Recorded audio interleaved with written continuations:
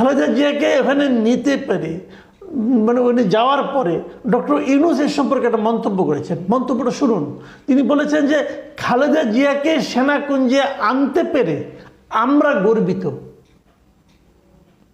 মানে ডক্টর ইউনূস গর্ব অনুভব করছেন যে উনি খালেদা জিয়াকে সেনাকুঞ্জের এই অনুষ্ঠানে। আসসালামু আলাইকুম প্রিয় দর্শক, অনেকদিন পর একটা দৃশ্য দেখে মানে পত্রিকাতে দেখেছি, পত্রিকা ঠিক না, পত্রিকার যে ওয়েবসাইটগুলোতে দেখেছি, দৃশ্য দেখে আমি একটু মানে আনইউজুয়াল মনে হয়েছে আমার কাছে। এই ধরনের ঘটনা প্রায়ই হওয়া উচিত, কিন্তু আমরা এখানে দেখতে পাই না। সেটা কি, সেনাকুঞ্জের একটা অনুষ্ঠানে বেগম খালেদা জিয়া আজকে উপস্থিত হয়েছিলেন। এটা ছিল একটা রাষ্ট্রীয় অনুষ্ঠান। সশস্ত্র বাহিনী দিবস উপলক্ষে প্রতি বছরেরই 21শে নভেম্বর সশস্ত্র বাহিনী দিবস পালিত হয় এবং সেই দিবসে বিভিন্ন রাষ্ট্রের যারা নাকি পলিটিক্যাল পার্টি লিডাররা আছেন তাদেরকে দাওয়াত করা হয়। তারপর সাবেক যারা নাকি কর্মকর্তা থাকেন তাদেরকে দাওয়াত করা হয়, সরকারে যারা থাকেন তারাও উপস্থিত হন, নানা রকম। তো ডক্টর মোহাম্মদ ইউনূস ছিলেন সেই অনুষ্ঠানে। ওনার সঙ্গে ওনার উপদেষ্টা মণ্ডলের অনেকে ছিলেন, সেনাবাহিনীর কর্মকর্তারা ছিলেন। তার মধ্যে হাজির হয়েছিলেন বেগম খালেদা জিয়া এবং বেগম খালেদা জিয়ার সেনানিবাসের, সেনাকুঞ্জে তো বটেই, সেনানিবাসেই প্রবেশ করলেন প্রায় 12 বছর পর। 2012 সালে উনি সব শেষ এই ধরনের একটা অনুষ্ঠানে উপস্থিত হয়েছিলেন। আপনাদের মনে আছে 2010 সালে এইরকম এক নভেম্বর মাসে ওনাকে ওনার সেনানিবাসের যে বাসভবন ছিল সেখান থেকে উৎখাত করা হয়েছিল। তো আজকের এই দৃশ্যটা দেখে না আমার অনেক কিছু মনে পড়ে গেল। আমি ভাবছিলাম যে যখন খালেদা জিয়াকে এই ভবন থেকে উৎখাত করা হয় তখন যে বিকৃত আনন্দটা অনুভব করেছিলেন তৎকালীন প্রধানমন্ত্রী শেখ হাসিনা, তিনি আজকে এই ছবি যদি দেখে থাকেন, নিশ্চয়ই দেখে থাকবেন, যেখানে থাকেন, এখন তো ইন্টারনেট তো সব জায়গায় আছে। ওনার মনে কি হচ্ছে, উনি কি ভাবছেন, আমার খুবই জানতে ইচ্ছে করেছিল।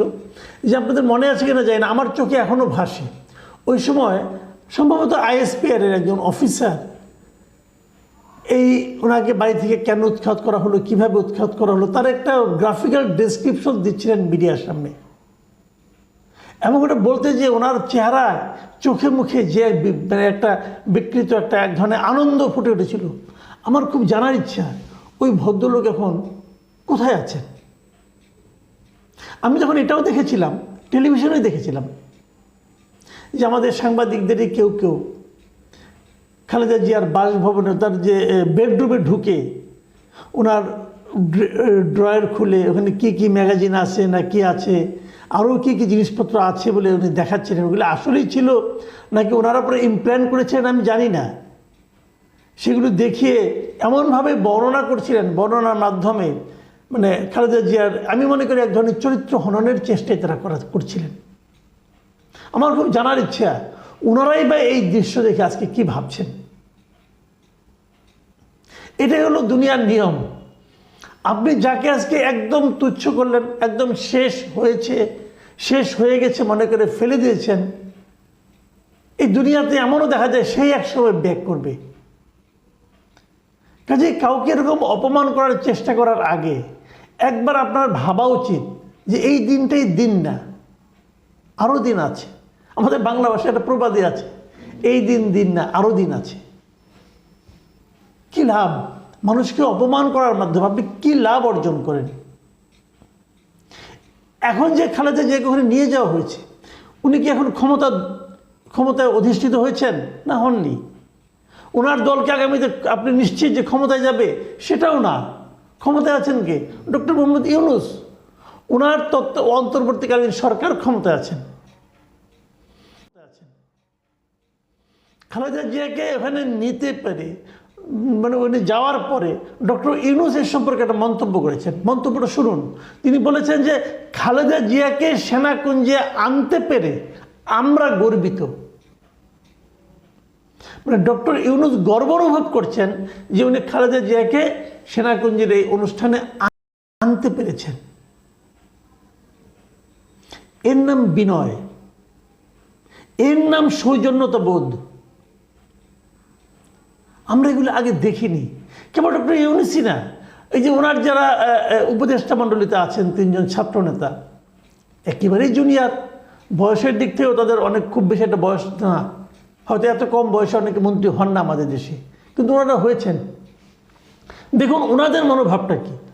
ওনারা কিন্তু একটা ছবি দেখুন আপনারা, আমি যে ছবিটা দেখেছি যে খালেদা জিয়া সোফায় বসে আছেন, পাশে ওই 3 জন ছাত্রনেতা দাঁড়িয়ে আছেন, এবং ওদের দাঁড়ানোর ভঙ্গিটাই বলে দিচ্ছে যে ওনারা কিন্তু যথেষ্ট বিনয়ী এবং যথেষ্ট বিনয়ের সঙ্গে ওনার সঙ্গে কথা বলছেন। আমি বিশ্বাস করে মুগ্ধ হয়ে গেছি। আমি ওদের আচরণ দেখে আমি জাস্ট মুগ্ধ হয়ে গেছি যে আমাদের ছেলেরা বেয়াদব না। আমাদের ছেলেরা জানে এই একজন বয়স্ক মহিলার সঙ্গে, বয়স্ক নারীর সঙ্গে, একজন নেত্রীর সঙ্গে কি আচরণটা করতে হয়।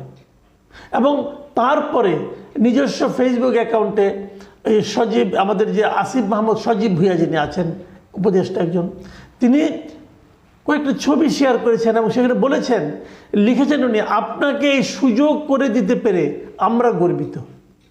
মানে একই ধরনের ভাষা, কিন্তু আমার কাছে এগুলি ভালো লেগেছে। আমরা আসলে এই ধরনের কিন্তু গত 15 বছর আমরা কি দেখেছি বলেন তো? রাজনৈতিক শিষ্টাচার, রাজনৈতিক ভদ্রতা, এগুলো যারা আমাদেরকে জোর করে ভুলিয়ে দেওয়া শুরু হয়েছিল ব্যক্তিগত প্রতিহিংসা চরিতার্থ করার জন্য। কি না হয়েছে এখানে। খালেদা জিয়াকে যেভাবে জেলে ঢুকানো হয়েছিল, যে মামলায়, এবং তোতা পাখির মতো সারা জাতিকে শোনানো হয়েছিল এতিমের টাকা মেরে খেয়েছে, এতিমের টাকা মেরে খেয়েছে। এই মামলার সম্পর্কে আপনি একটু খবর নিয়েন, কিসের টাকা কে মেরে খেয়েছে। আমার তো মনে হয় এই মামলার সম্পর্কে আপনি যদি একদম আইনের ক খ যারা জানেন তাদেরকেও যদি মামলার পুরো ঘটনাটা আপনারা খুলে বলেন, তারা হাসবে, তারা বলবে এটাও সম্ভব। এই ধরনের একটা মামলায় একজন সাবেক প্রধানমন্ত্রী, বাদ দেন সাবেক প্রধানমন্ত্রী, একজন বয়স্ক নারী এবং অসুস্থ উনি ছিলেন সবসময়, ওনাকে জেলে নিয়ে রাখা যায়? জেলে দিল, তারপর নিম্ন আদালত থেকে 5 বছরের সাজা দিল। মানুষ নিম্ন আদালত থেকে উচ্চ আদালত যখন যায় তখন কি হয়? সাজা কমে। সাধারণত এটাই আমরা দেখি।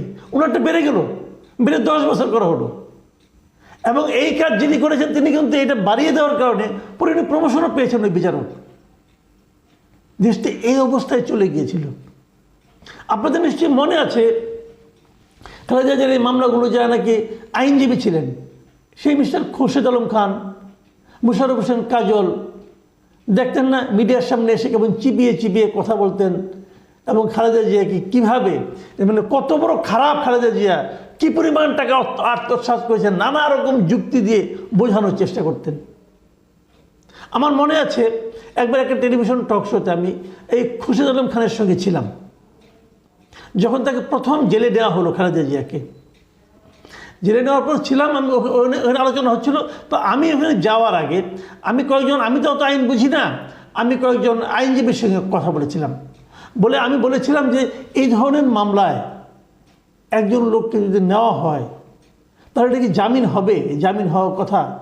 তো উনি বলছিলেন যে এটা একদম জামিনযোগ্য মামলা, ওই যে এই মামলায় জামিন না হওয়াটাই হলো একটা বিস্ময়ের ব্যাপার। উনি 2 দিনের মধ্যে জামিন পেয়ে যাওয়ানো উচিত। একজন খুব প্রবীণ আইনজীবী আমাকে এই কথাটা বলেছিলেন, কিন্তু আমি ওনার সঙ্গে আলাপ করে এই তথ্যটা জেনেছিলাম। তো যখন ওই টকশোতে আমি যাই, যখন উনি ওখানে ছিলেন খোরশেদ আলম খান, তখন আমি বলার চেষ্টা করেছিলাম যে আমি তো যতটুকু বুঝি এবং যতটুকু শুনেছি যে এই ধরনের মামলা নাকি খুব সহজেই জামিন হয়ে যায়। ভদ্রলোক আমার সঙ্গে খেপে গেলেন, উত্তেজিত হয়ে গেলেন। আপনি বেশি বুঝেন, আপনি কীভাবে বুঝেন জামিন হবে? এটা জামিনযোগ্য মামলা হলেও এটা জামিন হবে না, কারণ এরসা নানা কাহিনী। তারপর কি হলো? সেই মামলায় তো ওনাকে দণ্ডই মওকুফ করে দিয়েছে এই শেখ হাসিনারই প্রেসিডেন্ট। সেখানে প্রেসিডেন্টকে এই দণ্ড মওকুফের জন্য তাকে কি গান পয়েন্টে রাখা হয়েছিল নাকি? সে নিজে থেকেই বুঝতে পেরেছে, উনি নিজেও এক সময় যাচ্ছিলেন, নিজেই হয়তো বুঝতে পেরেছেন যে এটা জাতির জন্য একটা কলঙ্ক। তো এই যে বিষয়গুলো আমরা দেখছি, অথচ দেখুন ডক্টর ইউনূসের সঙ্গে যে বিএনপির সম্পর্ক খুব ভালো তা কিন্তু বলা যাবে না। মানে ডক্টর ইউনূসের সঙ্গে বিএনপির পলিটিক্যাল দৃষ্টিভঙ্গি থেকে কিন্তু অনেক ধরনের বিরোধ আছে। আজকে আমি শুনলাম যে আপনার এই কী বলে মির্জা ফখরুল ইসলাম আলমগীর বলতেছেন যে ডক্টর ইউনূস যখন জাতীয় উদ্দেশ্যে ভাষণ দিলেন, এই ভাষণ দিয়ে তারা হতাশ হয়েছেন, কারণ তারা এখানে নির্বাচনে কোনো রোড ম্যাপ পাননি। তাহলে এটা কি? এটা ডক্টর ইউনূসের সঙ্গে তো উনি বিরোধিতা করলেন। বাংলাদেশের আর কোনো পলিটিক্যাল পার্টি কিন্তু ডক্টর ইউনূসের সঙ্গে বিরোধিতা করছে না, একমাত্র বিএনপি করছে। বিএনপি করছে। এবং তারেক রহমান ওই দিনও বলেছেন যে উনি নানা ধরনের ষড়যন্ত্রের গন্ধ পাচ্ছেন। এগুলি কি ডক্টর ইউনূসের পক্ষে যায়? পক্ষে যায় না। কিন্তু ডক্টর ইউনূস কী বলছেন, ওনার সেই কথাটা যেটা আমার কাছে খুবই অসাধারণ মনে হয়েছে, সেই কথাটা আপনারা ভাবুন। উনি কিন্তু এই কথাগুলিতে আনন্দিত হন নাই, কিন্তু আনন্দিত না হলেও ওনার মধ্যে এই সৌজন্যতা বোধটা আছে যে ওনার কথা আমাকে অ্যাটাক করে হচ্ছে, আমার আচরণে ওনারা ক্ষুব্ধ হচ্ছেন, কিন্তু ওইটা রাজনীতি, ওটা চলবে। কিন্তু আমরা অসৌজন্যতা প্রদর্শন করব না পরস্পরের প্রতি। আমরা একটা ফ্যামিলি। আমি ডক্টর ইউনূসের এই কথাটা বলে শেষ করছি। উনি কিন্তু আজকেও বলেছেন, ওই মানে সেনাকুঞ্জের অনুষ্ঠানে যখন বক্তৃতা দেন তখন উনি একটা কথা বলেছেন, আমি বক্তৃতা কোট করি আপনাদেরকে, যে এই নতুন দেশে আমাদের দায়িত্ব সকল মানুষকে একটি বৃহত্তর পরিবারের বন্ধনে আবদ্ধ করা। পরিবারে মতভেদ থাকবে, বাক বিতণ্ডা হবে, কিন্তু আমরা কেউ কারো শত্রু হব না, কাউকে তার মতের জন্য শত্রু মনে করব না। এটা হলো মূল কথা। ফ্যামিলির মধ্যে মতবিরোধ হয় না, ভাই ভাইয়ে মতবিরোধ হয় না, হয় বাবা মার সঙ্গে মতবিরোধ হয়, কিন্তু উনি এটাই বলছেন আমরা একটা পরিবারের মতো থাকবো, আমরা কেউ কারোর সঙ্গে শত্রু হয়ে যাব না এই মতের কারণে।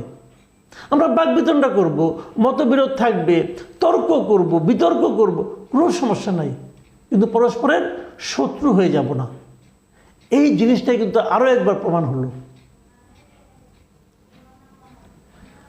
আমি ডক্টর ইউনূসকে ধন্যবাদ জানাতে চাই ওনার এই আচরণের কারণে, এই কথার কারণে। সেই সঙ্গে ওনার মতো করে, যেমন উনি খালেদা জিয়া বলেছেন যে উনি ওনার সুস্বাস্থ্য কামনা করেন, আমিও